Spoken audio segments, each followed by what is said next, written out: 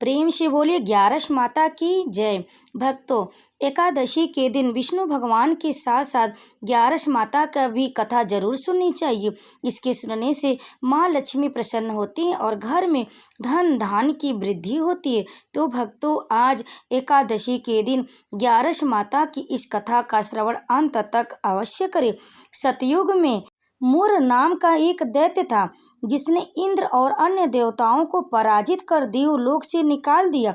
इस पर भयभीत देवता भगवान शिव से मिले तो उन्होंने देवताओं को श्री हरि विष्णु के पास जाने के लिए कहा। यहाँ पहुँचे देवताओं की प्रार्थना पर क्षीर सागर में शयन कर रहे श्री हरि उठे और मुर के वध के लिए चंद्रावतीपुरी पहुँचे। यहाँ सुदर्शन चक्र से उन्होंने अनगिनत दैत्यों का वध किया और लंबे समय तक युद्ध करते करते वे बद्रिका आश्रम की सिंहावती नाम की 12 योजन लंबी गुफा में पहुंच गए और सो गए। यहाँ पीछे से पहुंचे मुर ने भगवान पर प्रहार करने का प्रयास किया। इसी बीच श्री हरि विष्णु के शरीर से एक कन्या अवतरित हुई। उसने मुर दैत्य का वध कर दिया। इस बीच श्री हरि भी जाग गए और देवी के बारे में पूछा। इस पर देवी ने खुद का परिचय दिया और कहा कि उसका नाम एकादशी है और उनके ही आशीर्वाद से उसने मुर का वध किया है। इस पर श्री हरि ने एकादशी को सभी तीर्थों में प्रधान होने का वरदान दिया। इस तरह श्री विष्णु के शरीर से माता एकादशी की उत्पन्न होने की यह कथा वर्णित है। इस एकादशी के दिन त्रिस्पर्शा यानी कि जिसमें एकादशी, द्वादशी और त्रयोदशी तिथि भी हो, वह बड़ी शुभ मानी जाती है। इस दिन एकादशी का व्रत रखने से 100 एकादशी व्रत रखने का फल मिलता है। साथ ही वरदान दिया कि अगर कोई एकादशी व्रत रखेगा तो उसके सारे पापों का नाश हो जाएगा, मृत्यु के बाद उसे विष्णु लोक की प्राप्ति होगी।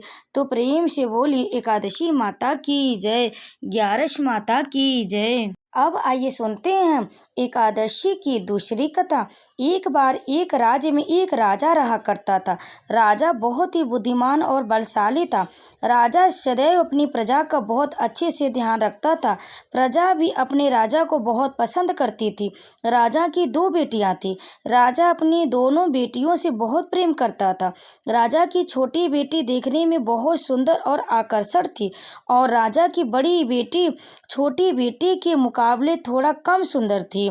राजा की छोटी बेटी ग्यारस माता की पूजा किया करती थी और सभी लोग राजा की छोटी बेटी से बहुत प्रेम करते थे और बहुत प्रशंसा किया करते थे।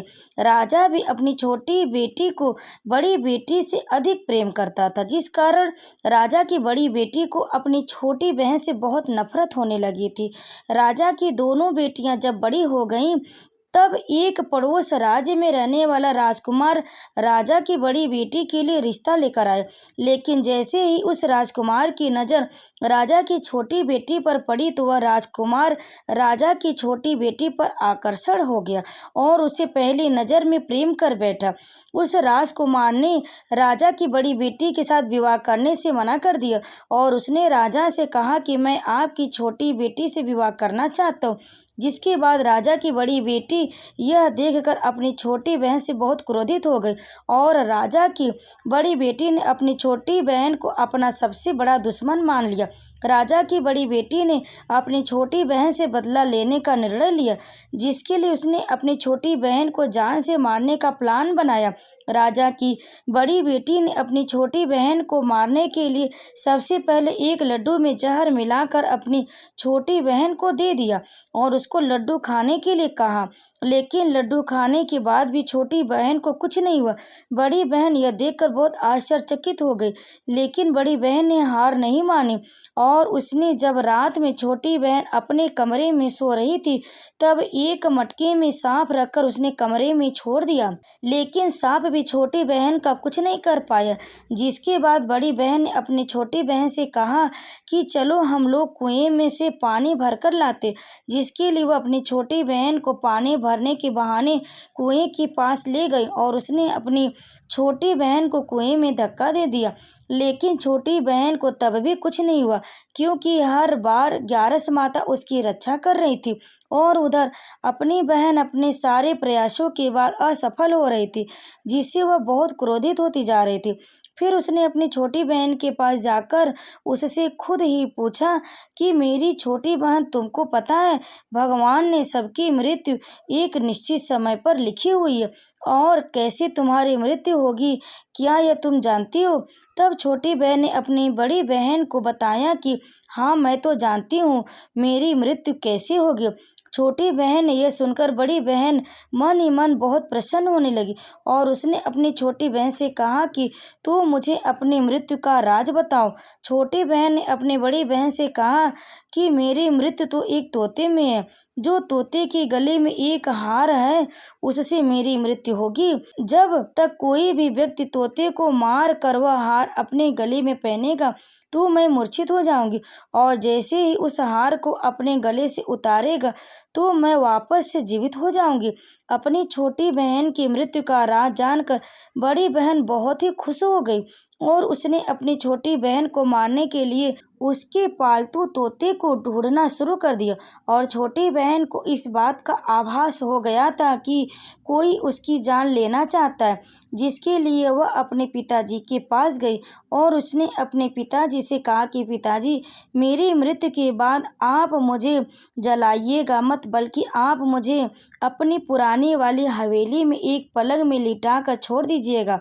अपनी छोटी लड़की की यह बात सुनकर राजा बहुत आश्चर्यचकित हो गए। राजा ने अपनी छोटी बेटी से पूछा, बेटी तुम यह क्या कह रही हो? तब राजा की छोटी बेटी ने बताया, पिताजी, समय किसी के लिए नहीं रुका है, कब क्या हो जाए किसी को कुछ पता नहीं है। और फिर राजा ने अपनी छोटी बेटी से कहा कि तुम ऐसी बातें क्यों कर रही हो? 2-3 दिन में तो तुम्हारा विवाह है। लेकिन छोटी बेटी ने अपने पिताजी को ऐसा करने पर मजबूर कर दिया और उनसे वचन ले लिया। राजा ने भी अपनी छोटी बेटी की बात स्वीकार कर ली, और 3 दिनों के बाद जब शादी का समय आया तब राजकुमार बारात लेकर राजा के घर आया, और राजकुमार और राजा की छोटी बेटी का विवाह शुरू हो गया। जैसे ही राजा की छोटी बेटी राजकुमार के साथ फेरे लेना शुरू करती है तो उसकी बड़ी बहन अपनी छोटी बहन के कमरे में जाकर उसके तोते को पकड़ लेती है और उसको जान से मार देती है। तोते के गले में जो हार था उसको अपने गले में धारण कर लेती है। तो उधर छोटी बहन 3.5 ही फेरे ले पाती और वहीं पर बेहोश होकर गिर जाती है। जिसके बाद राजा ने बड़ी बड़ी दर्द हकीमों को बुलाया और अपनी छोटी बेटी का इलाज करने के लिए कहा। राजा की बात सुनकर वैद्य ने छोटी बेटी को जब चेक किया तो राजा को बताया कि आपकी छोटी बेटी ना तो जीवित है और ना ही मरी हुई है। यह मैं ऐसा पहली बार देख रहा हूँ। राजा ने वैद्य और हकीम को यह बात बाहर बताने से मना कर दिया और उनको कहा कि अगर तुमने यह बात किसी को बाहर बताई तो हम तुम्हें फांसी ही दे देंगे। राजा ने अपनी छोटी बेटी को पुराने महल में ले जाकर एक पलंग में लिटा दिया और वहां पर कुछ सैनिक को तैनात कर दिया। वापस अपने महल पर आ गया। राजा की बड़ी बेटी अपने पिताजी के पास आई और कहने लगी, पिताजी, अगर यह शादी संपन्न नहीं हुई तो आपकी इज्जत का क्या होगा? आप कहें तो मैं आपकी इज्जत बचाने के लिए राजकुमार से शादी करने के लिए तैयार हूँ। जिसके बाद राजा ने अपनी बड़ी बेटी की बात मान ली और राजा ने बड़ी बेटी को छोटी बेटी के कपड़े पहनाकर मंडप में भेज दिया। लेकिन राजकुमार यह जान गया कि यह राजा की छोटी बेटी नहीं है बल्कि यह राजा की बड़ी बेटी है। लेकिन जब राजकुमार ने शादी करने से मना किया तो सभी लोगों ने राजकुमार को विवश करके राजा की बड़ी बेटी से बचे हुए फेरों को संपन्न करा दिया और विवाह करवा दिया। जिसके बाद राजकुमार राजा की बड़ी बेटी को अपने महल ले गया।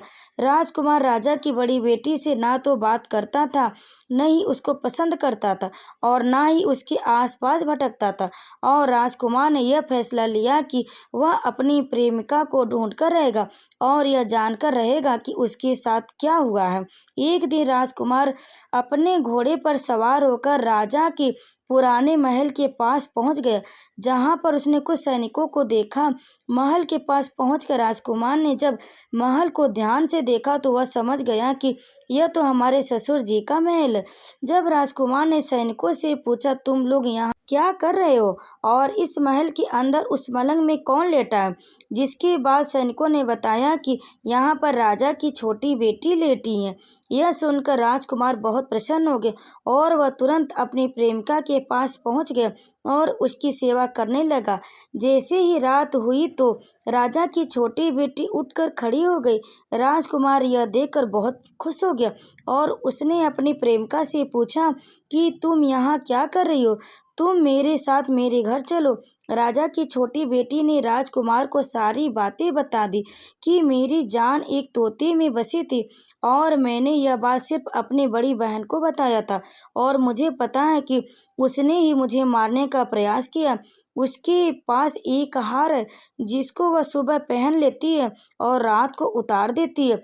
जब तक वह हार को पहन ले लेती है तब तक मैं मूर्छित रहती हूँ और जैसे ही वह हार को उतार देती है तो मैं जीवित हो जाती हूँ।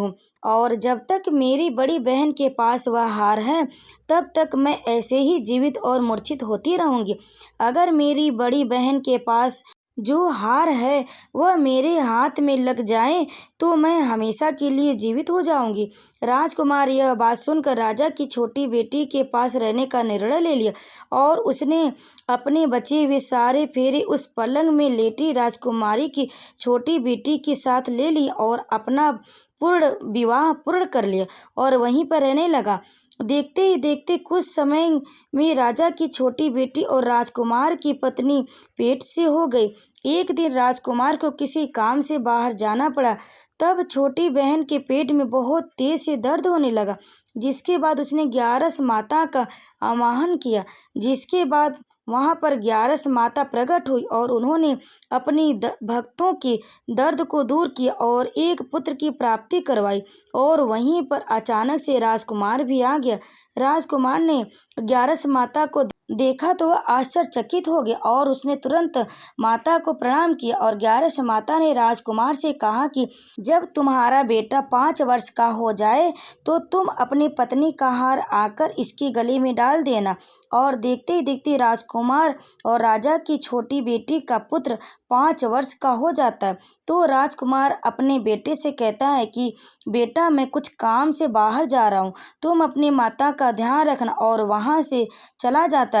राजा को बाहर निकलता देख बड़ी बहन के सैनिक देख लेते और बड़ी बहन को जाकर सारी बातें बता देते। जिसके बाद बड़ी बहन अपनी छोटी बहन के पुत्र को वहाँ से उठवा लेती और उसको मरवा देती है। छोटी बेटी के पुत्र की 2 टुकड़े करवा देती। पहला टुकड़ा चक्की के पास छुपा देती और दूसरा टुकड़ा अपनी पलंग के नीचे रख लेती। अब ग्यारस माता भिखारी का रूप लेकर आती हैं। एक भिखारी का रूप रखकर बड़ी बहन के पास चली जाती है।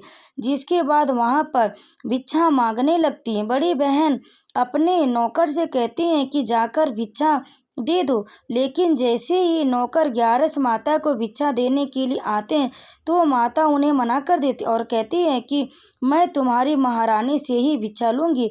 जिसके बाद बड़ी बहन स्वयं ही भिक्षा देने के लिए माता के पास आती है। तब माता एक बिल्ली का रूप लेकर उसके कमरे में चली जाती और वहाँ पर छोटी बेटी के पुत्र के 2 टुकड़ों को आपस में जोड़ देती और उसे जीवित कर देती। उसे वहाँ से ले जाती। राजकुमार अपने बेटे को लेकर अपनी पत्नी के पास जाता है और उसे कहता है कि तुम इसका ध्यान रखना। अगर तुम इस बच्चे का अच्छे से ध्यान रखोगी तो मैं तुमसे बात करूँगा। एक दिन राजकुमार अपने बच्चे से कहता है कि तुम मम्मी से उनके गले का हार मांग लो। जिसके बाद राजकुमार का लड़का अपने मम्मी के पास जाता और कहता है कि मम्मी, मुझे तुम्हारा हार चाहिए जो तुमने गले में पहन रखी है। यह सुनकर पहले तो बड़ी बहन बहुत क्रोधित होती है, पर उसको यह याद आता है कि राजकुमार ने कहा था कि अगर मैं इस बच्चे को ध्यान अच्छे से रखूंगी तो वह मुझसे बात करेंगे।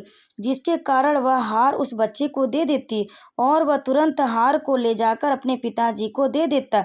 और तभी राजकुमार अपने बेटे को लेकर वहाँ से जाने लगता और अपनी पत्नी से कहता है कि तुम हमारे लिए खाना बनाकर रखना, मैं शाम को आकर तुम्हारे साथ खाऊंगा।